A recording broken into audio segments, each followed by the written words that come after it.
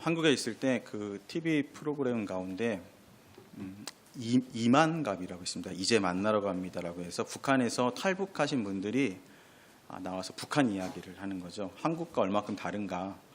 그 가운데서 되게 재밌는 게 하나 있었는데, 이혼을 하기 전에 한국에 저희는 뭐 4주간의 조정 기간을 드리겠습니다라고 해서 상담도 받고 오는데, 북한에서는 이혼하기 전에 부부가 꼭 가서 같이 국수를 먹으라고 한다고 하더라고요. 그래서 뭔 소리냐? 그러니까 결혼식장에서 같이 먹었던 국수를 한번 먹어봐라.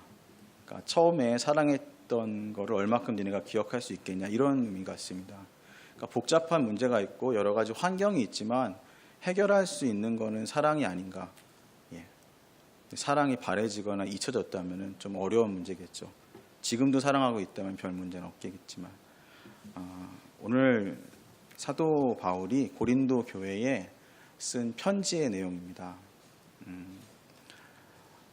브리스길라 아굴라와 같이 개척을 해가지고요, 회당에서 예배를 드리다가 유스도라는 사람 집에서 예배를 또 드리고, 그리고 그런 목회를 하다가 떠났습니다. 에베소에 가서 목회를 하면서 들었더니 안 좋은 일이 있는 거예요. 그래가지고 편지를 갖다가 여러 번 썼습니다. 학자마다 좀 다르긴 하는데 보통은 4번의 편지를 쓴 내용이 편집된 것이 고린도전서, 고린도후서라고 이야기를 합니다. 보면은 고린도 교회에 가기가 뭐 두렵다는 표현도 있고요.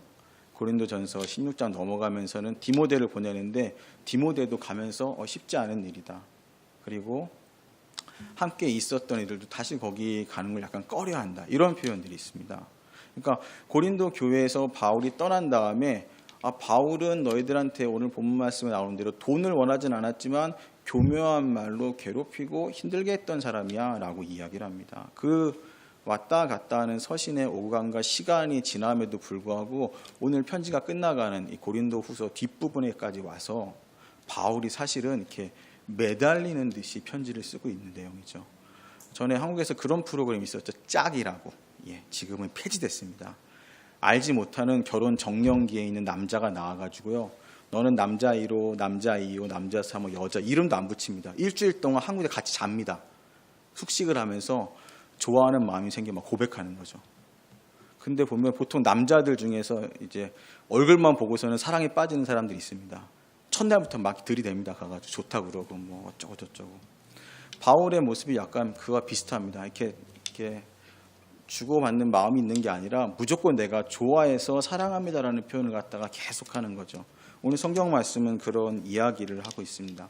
근데 그게 사랑을 구걸하는 모습이 아니라 내가 가지고 있는 사랑이 있기 때문에 나는 자신이 있다라고 이야기하는 걸로 들려지는 말씀이 오늘 우리 마음 가운데 있다면은, 오늘 이 본문 말씀을 통해서 하나님을 믿는 사람들을 끝까지 찾으시는 마음, 또 그 사랑을 가진 우리들이 다른 이들을 위해서 또 사랑해야 되는 그 마음, 포기하지 않아야 될 이유가 내 체면이나 내 마음에 있는 것이 아니라 하나님이 주신 사랑이 지금도 내 안에 있기 때문이라는 사실을 기억하시면은 오늘 여러 명이 마음속에 떠오를 수 있습니다.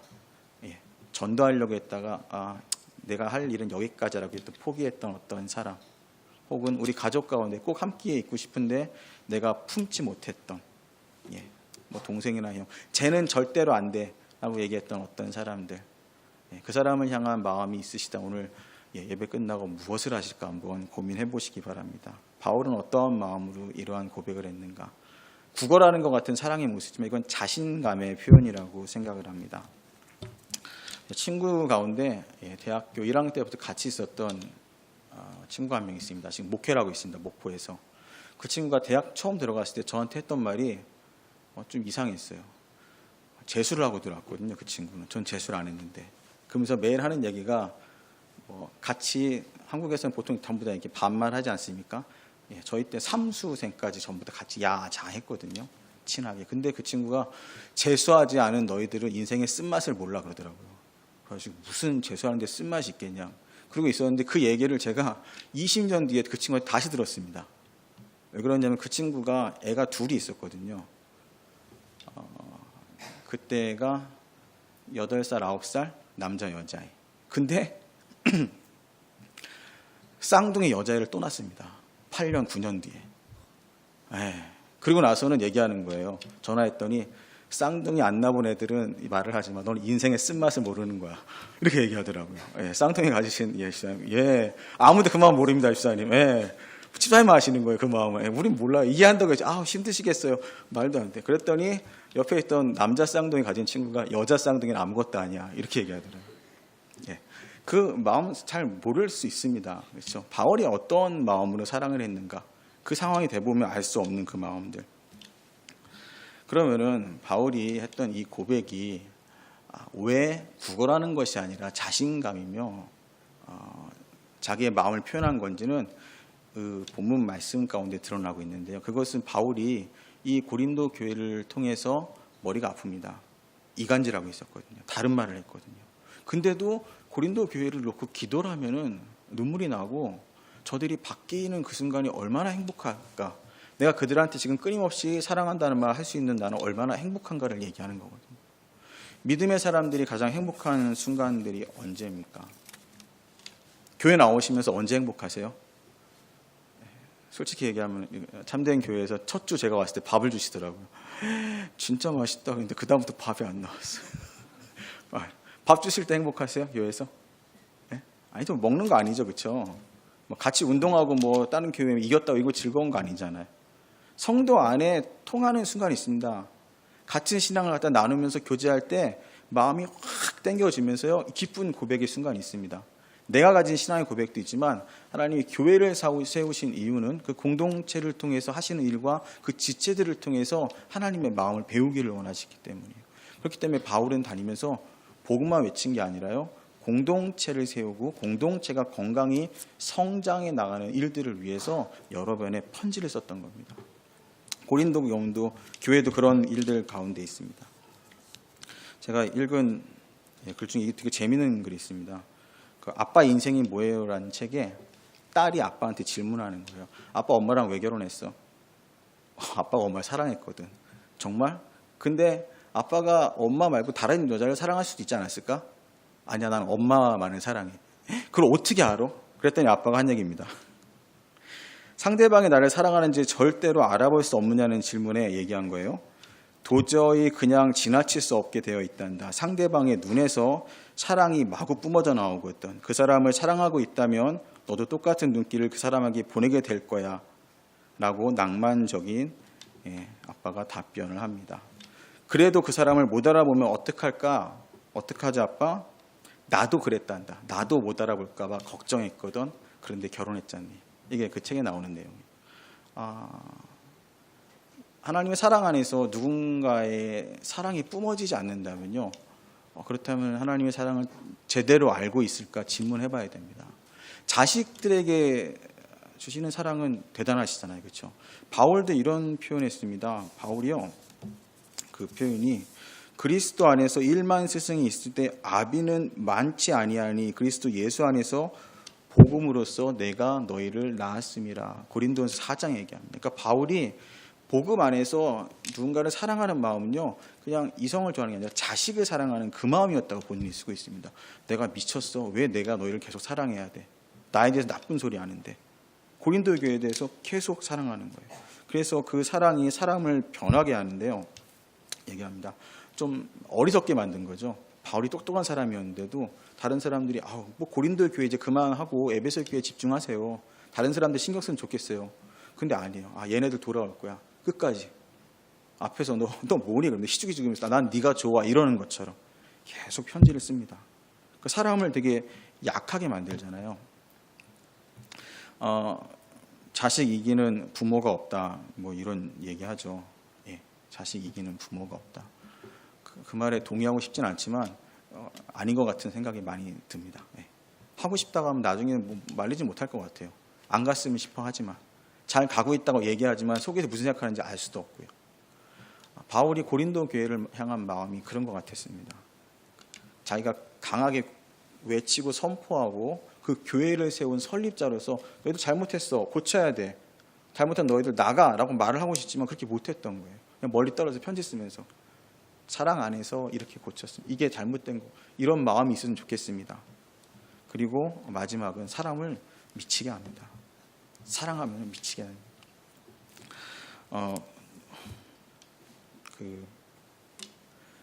교회의 청년들을 대상으로 장로님이 세미나를 하셨어요. 교회에 가면은 교회마다 공통적인 현상이 있습니다. 되게 많은 연령층이 있는 데가 있어요. 저희 교회는 별로 없더라고요. 여자 청년들이 엄청 많습니다. 그것도 시집을 안 가서 교회에서 쟤들 왜 몰려다니는 이런 친구들 되게 많거든요. 그 청년 사역자 모임에 오클랜드 모임을 갔더니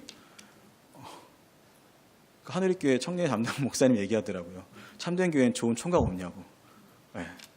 자기네 교회는 처녀는 많대요. 너무 많대요. 막 진 깔렸대요. 어떻게 해결해야 되는데 사역자로서 마음이 너무 아프다고 이걸. 근데 제가 한국에 있을 때도 마찬가지였거든요.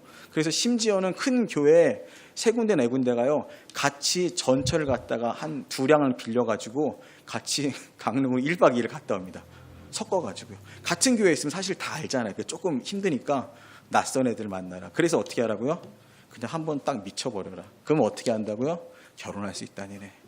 나이 많아서 이것저것 되지만 저 사람하고 결혼만 한다면 나 다음날 죽어도 좋아 이 마음이 있으면 우선은 결혼한다. 우리 믿음 안에 있는 사람들이 우선 테두리 만들어주니까 결혼해봐라. 이런 일을 하거든요. 바울이 그랬습니다. 거의 미친 것처럼 내가 만일 미쳤어도 하나님을 위한 것이요 라고 고린도후서 5장 13절에 얘기합니다. 니들 보기에는 너 하는 게 정상적이지 아니지? 그래서 나는 이 일을 할 수밖에 없어 라고 얘기하는 거죠.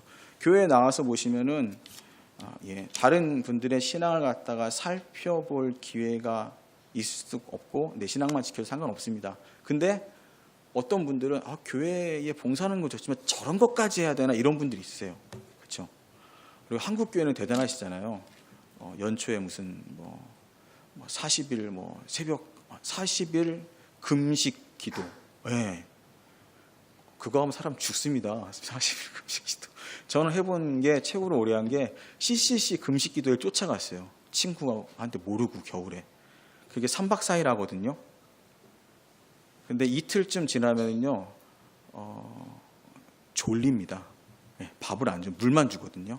그리고 3박 4일이지만 점심, 아침, 저녁이 끝난 수련회는요, 기도회와 말씀을 보는 시간이요, 하루에 14시간씩입니다. 14시간. 밥 시간이 빠지면 난리가 납니다. 그렇게 3박 4일 하고 와서 견딜 수가 없는데, 무슨 목사님들은 어떤 분들은 막 20일 툭함 하신대요. 그래서 정상적으로 사실 수 있을까? 하나님이 나한테 그런 깊은 마음을 안 주셔서 참 다행이야. 이런 생각하고 있는데, 그렇게 생각을 하지만 그런 일들을 하는 분들의 신앙과 그 모습들을 보면서 저 사람들이 미친 것 같아. 좀 다른 것 같아. 바울을 바라보는 다른 사람들의 시선이 그러했습니다. 굳이 하고 있는 많은 일들 여기 집중하지 그 떠나 있는 고린도 교회에다 계속 저런 마음을 해야 될 거냐. 따지지 않고 다 주어버리는 것. 낭비하는 것 같지만 어디까지가 내 의무냐, 내가 지켜야 될 경계선은 어디냐 따지지 않고 가는 것은 하나님이 주신 사랑이 있기 때문에 바울을 통해서 가능했던 것입니다. 오늘 얘기하는 부분이 그런 얘기를 하고 있습니다. 자녀의 얘기죠. 어린아이가 부모를 위하여 재물을 저축하는 것이 아니라 부모가 어린아이를 위하여 하느니라. 부모님이 아이들한테 투자하는 거는 잘 들으세요. 보장되지 않은 적금입니다. 아무도 보장해주지 않습니다. 나중에요 다시 돈 리펀 받지 못하는 그런 보험과 같은 겁니다. 하지만 거기다 투자하시잖아요. 바울이 그랬습니다. 받지 못할 것 같은 데다가 계속 투자했던 거죠. 그 마음이 사랑이 있었기 때문에. 예수님이 제자들을 사랑하실 때 세상에 있는 자기 사람들을 끝까지 사랑하시니라 라고 이야기합니다. 할 수 있는 거 최선을 다해서. 내일 돌아가실 주님이 남아있는 제자들을 걱정하시잖아요. 발 닦아주시면서. 내일 위해서 가셔서 기도하셨습니다. 하지만 제가 그 상황이라면 전날까지 했던 말 못 깨달았고 있으면 야 자식들 정신 차려 막. 내가 내일이 무슨 날인지 알아. 속 터진다. 이럴 수 있을 텐데 사랑을 갖다 보이시는 거예요. 그래서 오늘 얘기하는 게 나의 구하는 것은 재물이 아니요 오직 너희니라라고 오늘 바울이 얘기하고 있습니다. 끝까지 내가 너희들을 갖다가 부모의 마음으로 안아주겠다. 주님의 사랑을 가진 사람들은 이렇게 걱정되시는 분들이 있으셔야 됩니다. 참된 교회에서 전도를 원래 하기로 했는데, 그렇죠? 목사님이 잠깐 안 계신 관계로 아마 날짜는 조금 미룰 것 같습니다. 하지만 지난주에 모이셔서 회의하셨나요? 어떻게? 전도를 어떻게 할 건지에 대해서 얘기하자고. 그 마음이 있으신 분들을 향해서 오늘 바울이 했던 거죠. 남들이 보기엔 쟤 오버하는 거 아니니 싶을 정도로 뭔가 하셔야 됩니다. 내가 할 수 있는 일들을. 근데 거기에 가장 중요한 부분이 오늘 15절 말씀에 나와 있습니다. 내가 이것들을 주고 너희들을 갖다가 얘기하면은 거기에 바울이 얘기하는 거예요. 너희를 더욱 사랑할수록 나는 사랑을 덜 받겠느냐라는 말을 갖다 합니다. 되게 의미심장한 이야기입니다. 내가 다 투자했습니다. 가진 걸 다 써버렸어요. 그럼 비어있고 허무할 것 같은데, 내가 없어졌으니까 힘들 것 같은데 바울이 얘기합니다. 나는 덜 사랑받겠느냐. 내가 많이 사랑하면 할수록 내가 사랑 덜 받을 것 같아. 누구부터 받는 사랑이죠? 하나님으로부터. 그리고 변화될 같은 공동체 사랑으로 받는 교제를 갖다가 이야기합니다. 우리를 위해 다 주신 주님의 사랑이 오늘 우리에게 있다면은 우리가 어딘가로는 그거 쏟아내고 있어야 됩니다. 그렇지 않다면은 하나님의 사람이 아니죠.